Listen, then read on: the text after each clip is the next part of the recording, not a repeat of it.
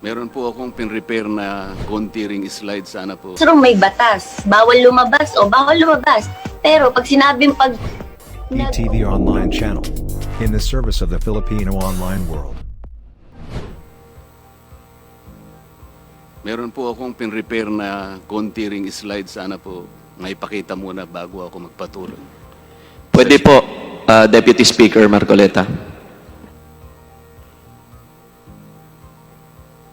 law, ibig sabihin batas. So kaya ginawa ang batas sa isang democratic country na kung nasaan tayo ngayon is para maging pantay-pantay ang lahat ng tao. Sa classroom may batas. Bawal lumabas o bawal lumabas. Pero pag sinabing nag-comply ka na bawal lumabas, pero may ginawa ka sa pinagbabawal nila, inayos mo yung law ng classroom nyo at sinubmit mo ulit, ay pwede nang pala ikaw lumabas. Mr. Speaker, No. my distinguished colleagues, hindi po nag-comply sa batas ang ABS-CBN, kaya hindi po sila pwedeng lumabas at magpalabas. Those opposing the franchise application of ABS-CBN will show with clear and convincing evidence that ABS-CBN did not comply with the terms and conditions of its franchise, as well as our laws and the Constitution. In fact, they will show in the succeeding hearings of the Committee on Legislative Franchises that ABS-CBN deliberately and with impunity violated the conditions of its legislative franchise and more so of our laws and the Constitution. Matagal na po kasi ang mga aligasyong ito. Hindi mamatay-matay, lumulutang sa internet, nasa labi ng mga Pilipino. Hindi seryosong binigyan ng pansin. Bakit po? Tikom ang bibig ng may kakayahang magsiwalat nito dahil takot sa maimpluwensyang network na kayang sirain ng tao, kandidato man o hindi. Salamat at ganap na nanindigan si Speaker Alan Peter Cayetano at hindi inalintana ang mga tuligsa sa kanya at pinayagan niya na magkaroon ng patas, bukas at malawak ang pagdinig sa mga aligasyong ito katulad ng nagaganap sa araw na ito. Ang banggit nga po sa John 8:32 ay ganito, "And you will know the truth, and the truth will set you free." Violation of the Constitution. Number 1, franchise is longer than 50 years.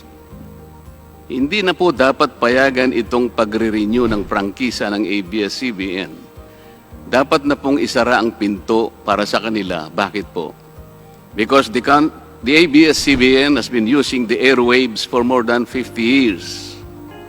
53 years today, to be exact. Our Constitution says that Congress can grant a franchise of up to 50 years only. Taong 1957, nang makuha ni Don Eugenio Lopez Sr., may-ari ng Chronicle Broadcasting Network o CBN, ang Alto Broadcasting System o ABS. Simula po noong 1967 ay naging ABS-CBN na po ang tawag dito dahil sa merger ng ABS at CBN. Kung susumahin po natin ang prangkisa nito simula noong 1967, ay 53 taon na po itong gumagamit ng airwaves magpahanggang ngayon. 63 years naman po kung susumahin natin mula po ng pagkakakuha ng CBN sa ABS noong 1957. The Committee on Legislative Franchises should not allow itself to be used by ABS-CBN to again circumvent the Constitution and violate the categorical 50-year limitation imposed on franchises. Hindi na po dapat buhayin muli ng Kongreso ang prangkisa ng ABS-CBN sapagkat ayon po sa ating saligang batas, ang buhay ng prangkisa ay hindi dapat lumampas ng 50 taon. EDSA Revolution. Siguro po may mga ngatwiran at sasabihin ng ganito, isinara naman ng martial law ang ABS-CBN. Di po ba? Dapat huwag bilangin ang panahon na yon. Tanggapin po natin sandali na isinara nga ang ABS-CBN simula Setyembre 23, 1972, pagkatapos na ideklara ang martial law. Pero hindi po ba nagbukas din ito agad matapos na ito ay mabawing muli ng pamilya Lopez noong EDSA Revolution? Hindi ba't kulang-kulang 13 taon din po ang namagitan na panahon? So let's assume that we subtract 13 years from the 63 years that ABS-CBN has been in operation starting 1957 when CBN acquired ABS. Hindi ba't 50 taon din po ang magiging resulta? Ibig pong sabihin, tapos na at paso na pa rin ang prangkisa ng ABS-CBN with or without martial law. Hindi ba't sobra-sobra pa rin ito at lalabag pa rin sa ating saligang batas? Naging palasak nga noong panahon ng martial law ang kantsaw na tama na, sobra na. Subalit ang mahalagang tanong po ng taong bayan na hindi pa nasasagot magpahanggang ngayon ay kung paano biglang nabawi ng mga Lopez ang ABS-CBN mula sa pag-aari ng gobyerno pagkatapos maitalaga ang Cory administration. Sinulatan po noon ni dating Senador Lorenzo Tanyada ang Presidential Commission on Good Government na isoli na sa mga Lopez ang ABS-CBN kahit may arbitration pang nagaganap sa pagitan ng pamahalaan at ABS-CBN. Na i-turn over po agad ang istasyon ng ABS-CBN sa mga Lopez sa kabila ng wala pang pagtukoy sa tunay na pagmeme-ari nito ayon sa kautusan sa Board of Administrators na binuo sa Letter of Instruction number 1 ni Pangulong Cory Aquino. Sa ngayon po ay wala man lang mailabas na papeles tungkol dito ang PCGG. Nagbayad po ba ang ABS-CBN sa Administrasyong Cory Aquino? Nag-public bidding po ba? Bakit tila ura-urada at habang magulo pa ang lahat dahil katatapos lang ng EDSA Revolution, ay biglang napasakamay na muli ng mga Lopez ang ABS-CBN. Nakabatay po ba ito sa batas? Hindi po ba dapat sagutin ng ABS-CBN ang mga tanong na ito upang mapanagot po ang dapat na managot kung meron man? Foreign ownership. Puntahan naman po natin ang muling pagbubukas ng ABS-CBN noong 1986. Pati po kasi noong panahong yun ay may paglabag na rin sa ating saligang batas. Ano po kaya yun? Dahil Amerikano at hindi Pilipino ang may-ari at namahala sa ABS-CBN na mariing ipinagbabawal ng saligang batas. Congress should deny the franchise application of ABS-CBN for its clear violation of the Constitution, requiring 100% Filipino ownership and management of mass media companies. ABS-CBN's former president, Mr. Eugenio Gaby Lopez III, was an American citizen when he took the helm of the company in 1986 as director, then president, and then chairman in the later years. It was only in 2000 that he petitioned for recognition of Filipino citizenship and was issued a certificate of recognition as a Filipino citizen in 2002. At kahit sabihin po nating wala na ngayon sa management ng ABS-CBN si Ginoong Gaby Lopez, nagpatuloy pa rin ba sa paglabag sa saligang batas ang ABS-CBN? Opo. Dahil magpahanggang ngayon ay nagbebenta pa po sila sa mga banyaga, mga hindi Pilipino, ng pag-aari o ownership rights ng ABS-CBN. Through an intricate web of corporate layering, ABS-CBN lets non-Filipinos to own its common shares through the issuance of Philippine Depositary Receipts o PDRs. In September 1999, the ABS-CBN Holdings Corporation offered 132 million Philippine Depositary Receipts underlying the 132 million common shares of ABS-CBN. Immediately prior to the closing of the PDR's offering, Lopez Incorporated, the main stockholder of ABS-CBN Corporation, transferred 132 million ABS-CBN shares to ABS-CBN Holding Corporation, its alter ego. With the many rights afforded to the holders of these PDRs, most of whom, if not all, are foreigners, ABS-CBN Corporation virtually allowed these foreign holders beneficial ownership and potential voting rights. This is a circumvention of the strict foreign equity restriction imposed by the Constitution on mass media companies. Quite obviously, the ABS-CBN PDR instrument, a creative financial mechanism, is being used as a subterfuge to indirectly own the underlying ABS-CBN shares of stock. Violation of workers' rights under the Constitution. ABS-CBN violated the rights of its own workers. It denied them their just share in production as required by the Constitution. It committed unfair labor practices, which consequently denied its employees the benefits required by law to be provided to all employees. Isang halimbawa po dito ay ang asunto na isinampa ng halos 100 o mahigit sa 100 manggagawa ng ABS-CBN sa National Labor Relations Commission o NLRC dahil sa pagtanggal sa kanila dahil sila raw ay mga talents lamang at hindi mga regular na empleyado. Nanalo po ang mga manggagawa sa NLRC at maging sa Court of Appeals. Bakit hindi na lang nila sinunod ang hatol at umapila pa ang ABS-CBN sa Korte Suprema?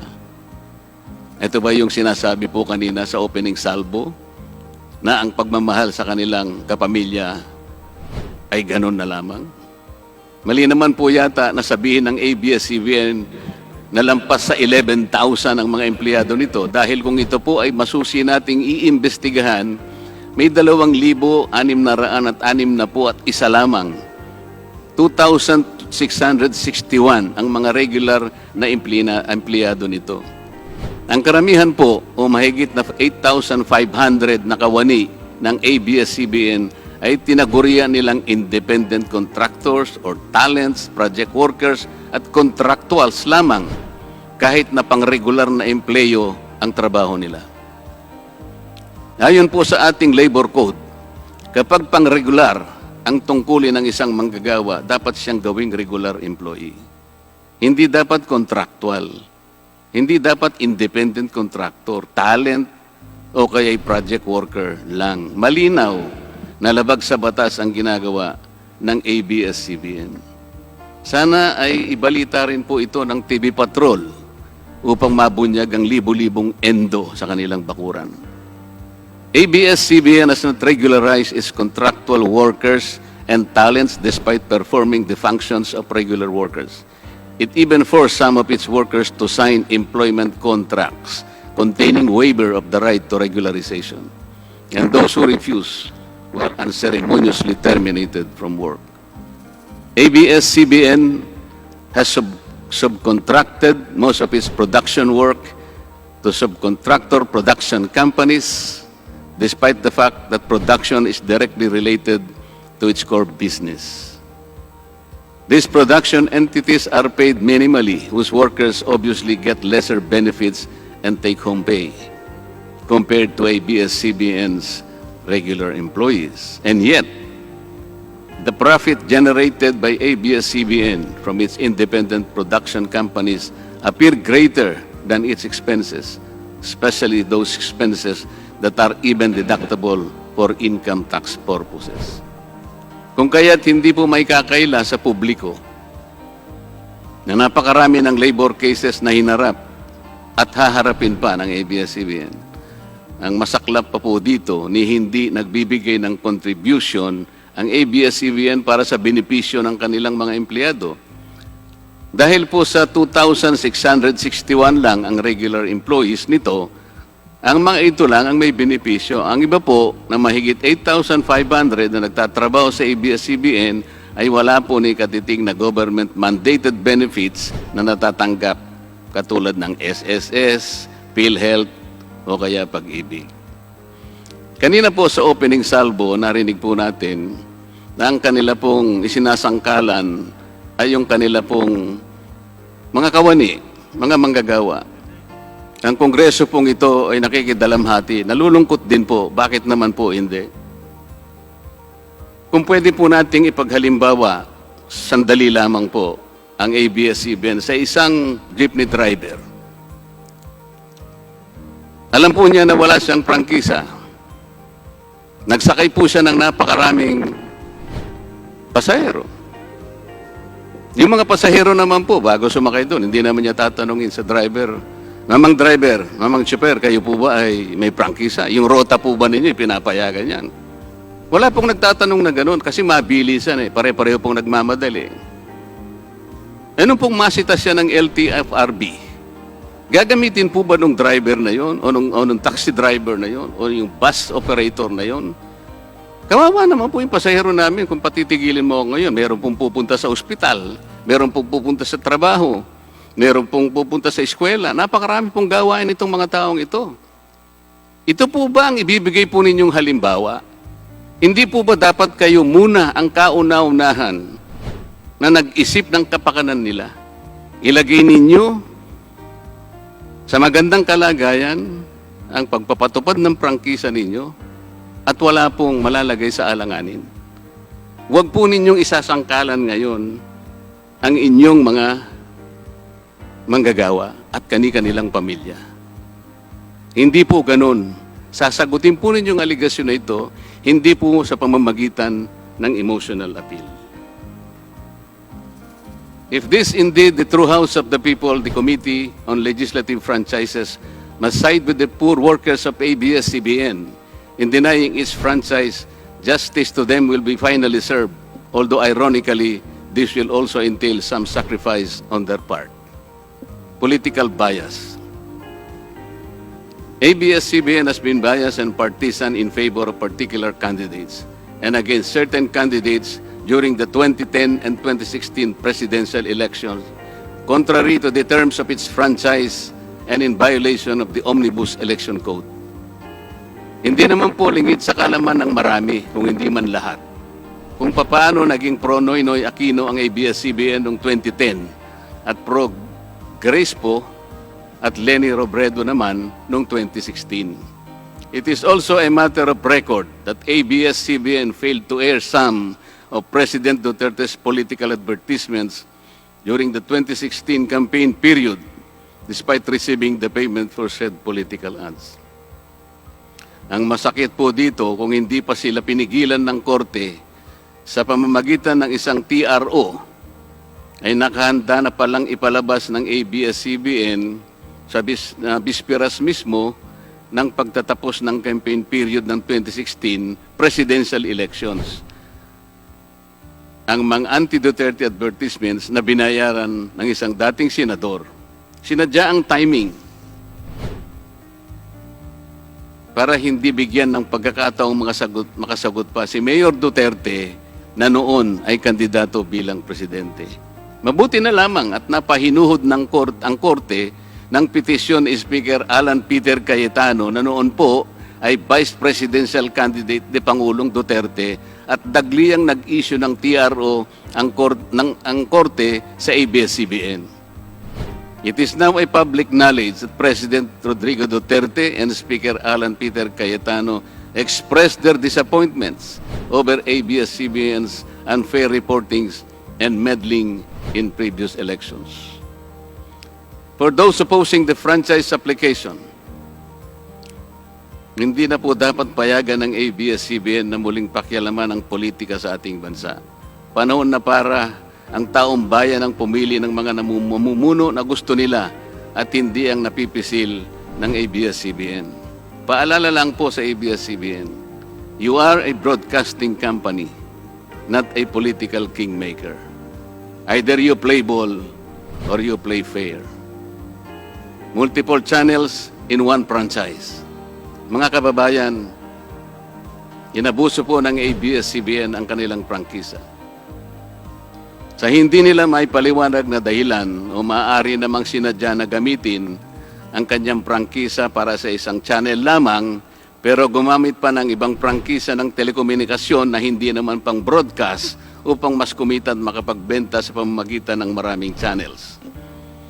ABS-CBN violated the terms and conditions of its franchise by offering its TV Plus boxes for a one-time fee but using the free-to-air signal authorized in the franchise granted by Congress at no cost to ABS-CBN. Tubong lugaw, ika nga. But this practice of ABS-CBN without permission from Congress or the National Telecommunication Commission is killing the cable industry, which depends on monthly based subscription of its clientele.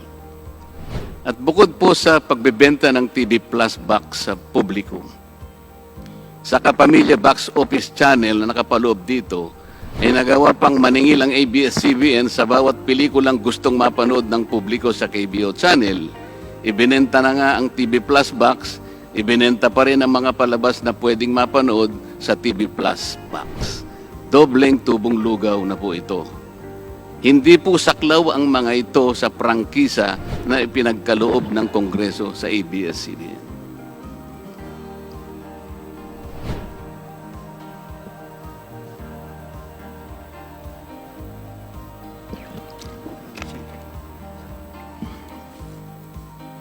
ABS-CBN, contrary to the terms and conditions of its franchise, operated this pay-per-view channel, otherwise known as the Kapamilya Box Office or KBO, without a valid permit from the NTC, and despite NTC's order to refrain from operating a PPB until the issuance of an appropriate guideline for the same, ABS-CBN continued its operation until the expiration of its franchise on May 4, 2020. Tax evasion. ABS-CBN also violated the terms and conditions of its franchise by engaging in tax avoidance schemes, which deprived the government of the much-needed revenue. It used its wholly owned subsidiary, Big Dipper Digital Content and Design, Inc., a PESA-registered company, as tax shield. Its main customer is ABS-CBN Hungary.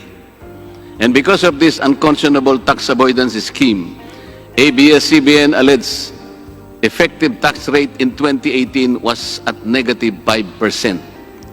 This means that ABS-CBN managed to avoid paying taxes in 2018. Bakit po ang GMA7 na hindi naman kasing laki o kasing yaman ng ABS-CBN ay nakapagbayad ng buwis sa pamahalaan ng 1.6 billion pesos noong 2018?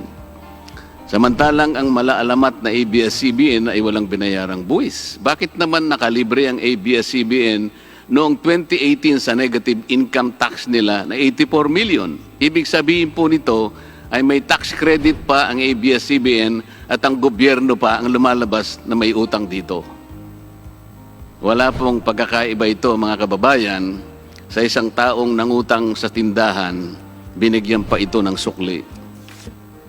In 2019, ABS-CBN again did not pay its rightful taxes. It avoided this by entering into compromise agreement with the Bureau of Internal Revenue, with the latter accepting the settlement of 152 million pesos plus from ABS-CBN, equivalent to only 40% of its assessed deficiency in income tax, value-added tax, and documentary stamp tax payments. But this is only one among the 4 other cases lodged by the BIR at the Court of Tax Appeals, all of which were also settled by compromise. Bakit po ganun?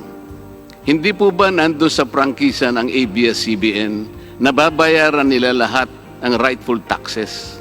Kinakailangan po bang sila ay habla pa ng BIR bago sila mapilitang makapagbayad lamang kahit settlement lamang? Ang linaw po ng kanilang prangkisa na babayaran lahat ang kaukulang buwis.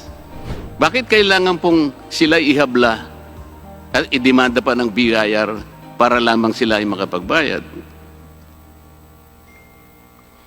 There are also allegations to date that ABS-CBN's Lingkod Kapamilya Foundation, ALKFI, is being used as ABS-CBN as tax shield, and that ALKFI also failed to file donor's tax return and pay the donor's tax. Ito po ang mas nakalulungkot dito, mga kababayan.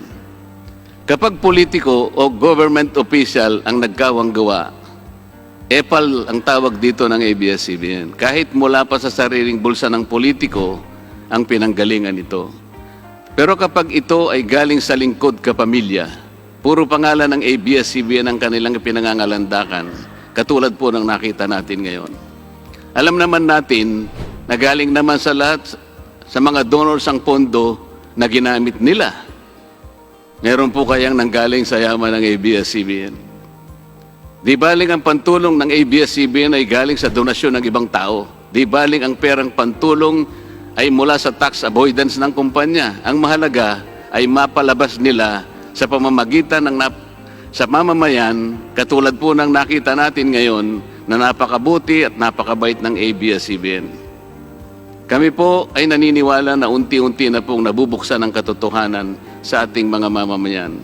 Hindi po ba mas maganda at katanggap-tanggap na tumulong sa kapwa nang walang nalalabag na batas at buong sikap pang nasusunod ang prangkisa? Dahil po ba kayo ay nakapagdudulot ng saya, ng aliw sa ating mga mamamayan? Dahil po ba kayo ay nakapagbibigay ng inspirasyon, ng pag-asa, ng katatagan ng loob na kagaya po sa opening salvo kanina ng representative ng ABS-CBN?